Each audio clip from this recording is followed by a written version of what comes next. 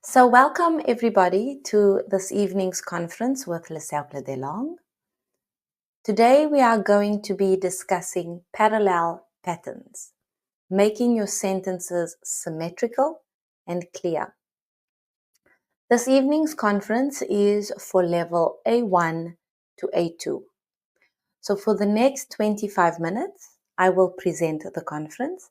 And for the last 5 minutes, if you would like, you can ask questions or make comments. So let's begin.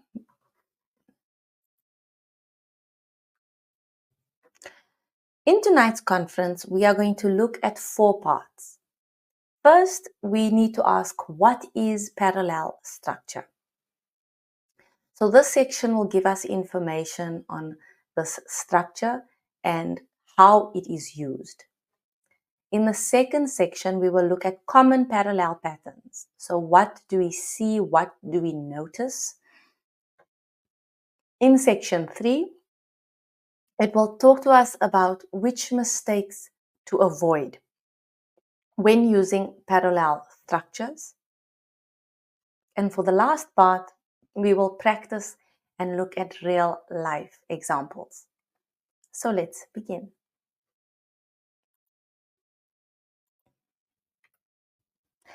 What is parallel structure?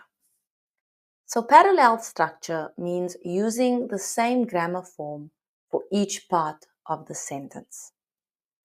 We do this because it makes ideas match and line up in the same way.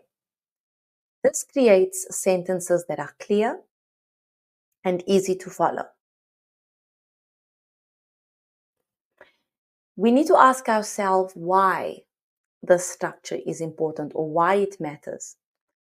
Parallel structure makes reading and listening easier.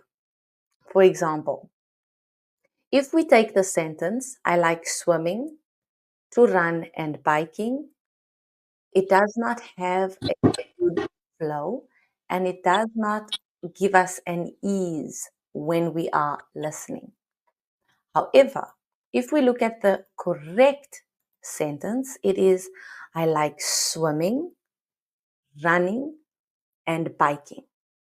So automatically, we can see that a parallel structure means the verbs that follow will have the same ending.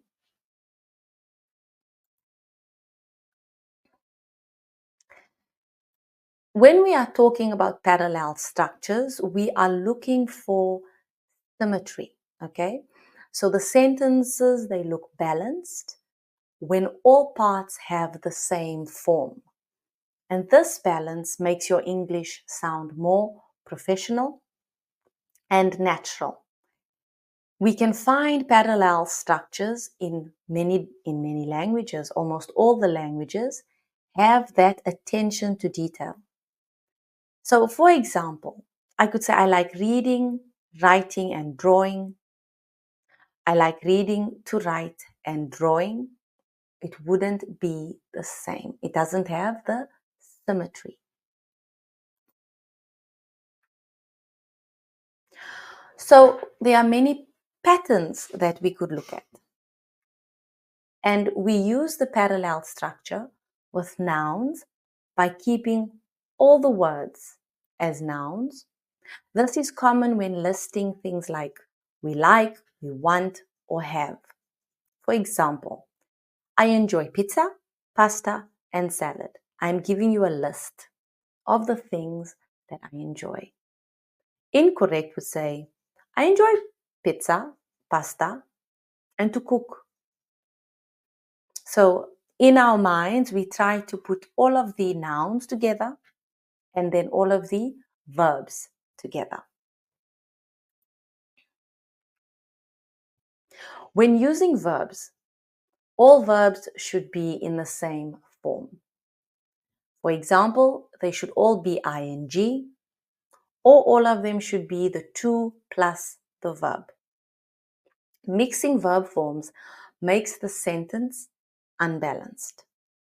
For example, she likes to sing, to dance, and to play the piano.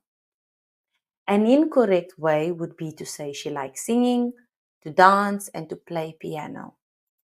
Now, in conversational English, it is possible that you will hear someone say, she likes singing, to dance as well. And it might just be that they are making a mistake. They do not realize, because in our maternal language, we often make natural errors. So the correct form would be to keep everything the same.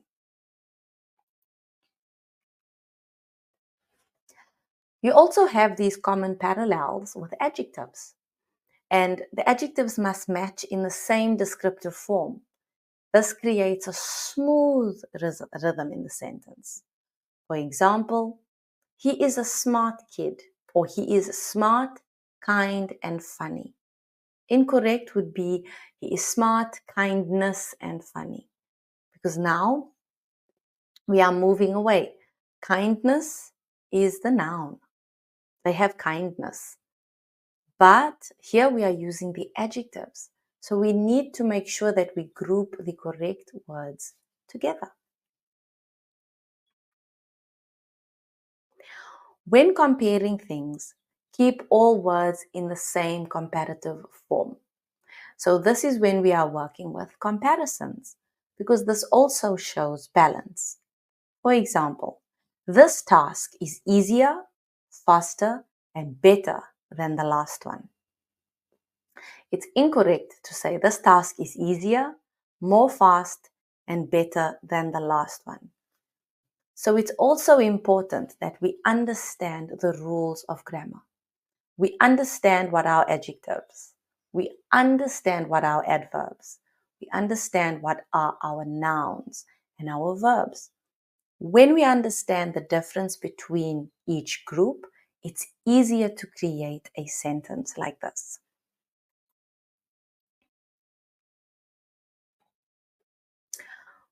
So what are some mistakes that we need to avoid? The most common errors you could find are, for example, mixed forms. This means we mix nouns, verbs, or adjectives incorrectly. For example, he enjoys reading, to write, and painting. Remember that it is either ing or it is the to plus verb. Another error we could find is that we have unmatched clauses. This means we use different grammar patterns in the same idea. She wants to succeed and that she is happy. So we wouldn't be able to do this because she wants to succeed and she wants to be happy. So we have to make sure that they follow the correct pattern. Or we use redundant wording. That means we add extra words that break the rhythm. The manager was not only strict, but he was demanding. See, so we need to be careful of them. How can we avoid these mistakes? The first thing is we can make sure that the tenses correlate. The verbs must stay in the same tense. Changing tenses makes the sentence confusing. Always keep the same time reference. Yesterday I cooked dinner, am watching TV, and will play games. In the first part of the sentence, we have the past tense. In the second part of the sentence, we have am watching, so that is present continuous. And in the last, we have the future simple. So we have 3 different tenses. But we started our sentence with yesterday. And because of that, we know that this entire sentence needs to be in the past simple. Yesterday, I cooked dinner, I watched TV, and played games. The tense is smooth, the sentence is smooth, and the meaning is clear.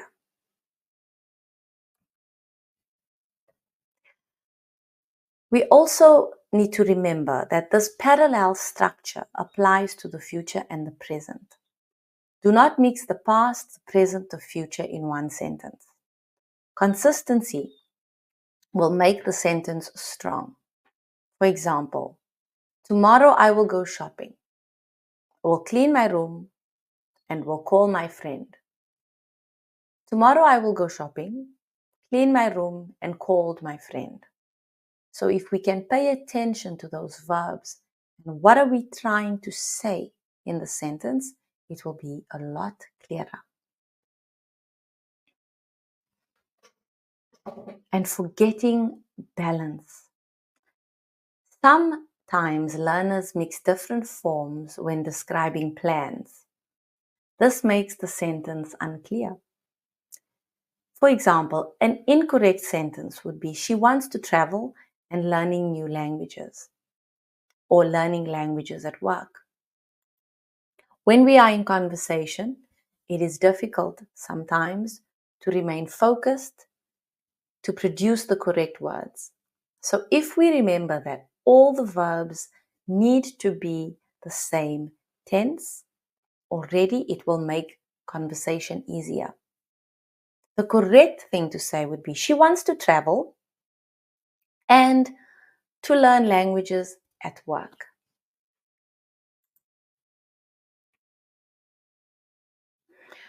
So what is a tip we can use? When writing about plans, keep the same form for each verb. Parallel structure makes travel descriptions clearer. On my trip, I wanted to visit museums, explore cities, and meet people.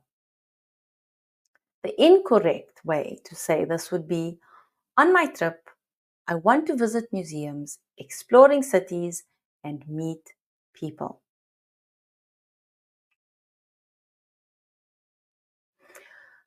So as we said, the most important thing is to keep all verbs in the same form, ing or to plus verb. If one verb is different, the sentence will sound wrong. This is called parallelism. So correct, she likes hiking, swimming, and biking. Incorrect, she likes hiking, swimming, and to bike. He will go to the store, visit his parents, and talk to the doctor.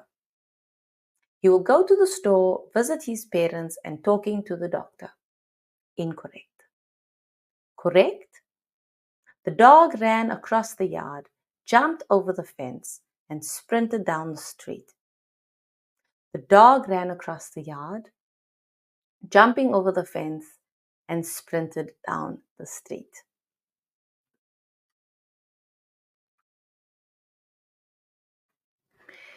So here's just a little reminder of nouns, adjectives, and verbs. Do not mix nouns, adjectives, and verbs in the same list. First, here is a reminder of nouns, adjectives, and verbs. So a noun is a person, a place, a thing, or an idea. For example, teacher, city, book, happiness. An example sentence would be, the teacher works in a big city. So our noun is often our naming word.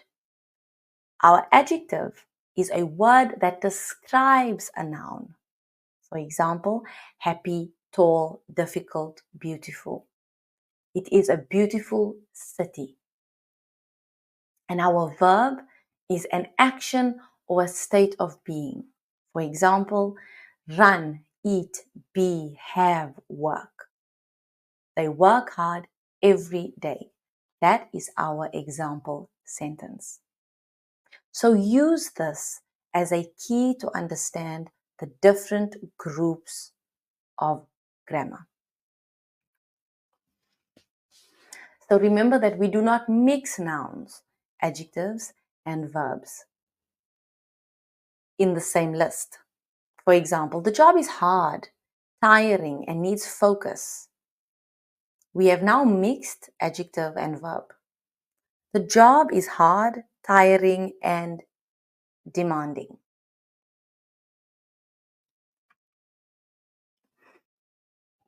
So let's practice and look at some real life examples. The verbs are all in the same simple present form to show routine. I wake up, brush my teeth, and eat breakfast. Then I go to work, check emails, and join meetings. In the evening, I cook dinner, watch TV, and read a book.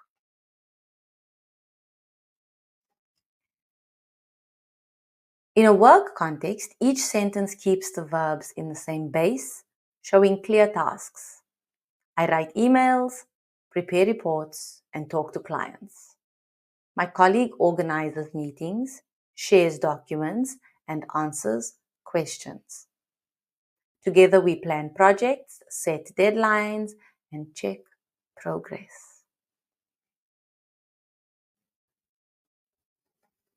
In a study context, each past uses parallel verb forms ing or to plus verb to stay balanced. I am practicing speaking, listening, and writing skills. My partner is preparing slides, rehearsing, and timing the presentation. We are learning to speak clearly, to use examples, and to answer questions. So if you would like to participate, please put your answers into the chat. Which sentence is correct? I like swimming to run and biking. I like swimming, running, and biking. I like to swimming, running, and biking. A, B, or C?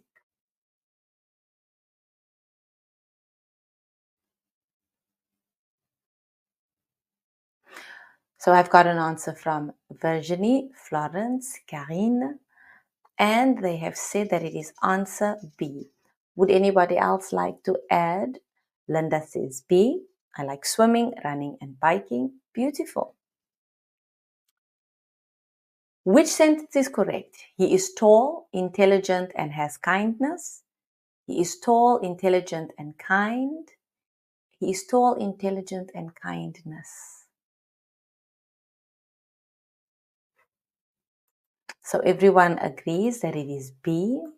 Let's have a look. Beautiful. We are matching it. In the first one, we see that answer B, it's the second response.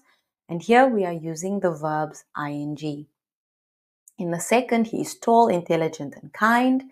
We are using our adjectives.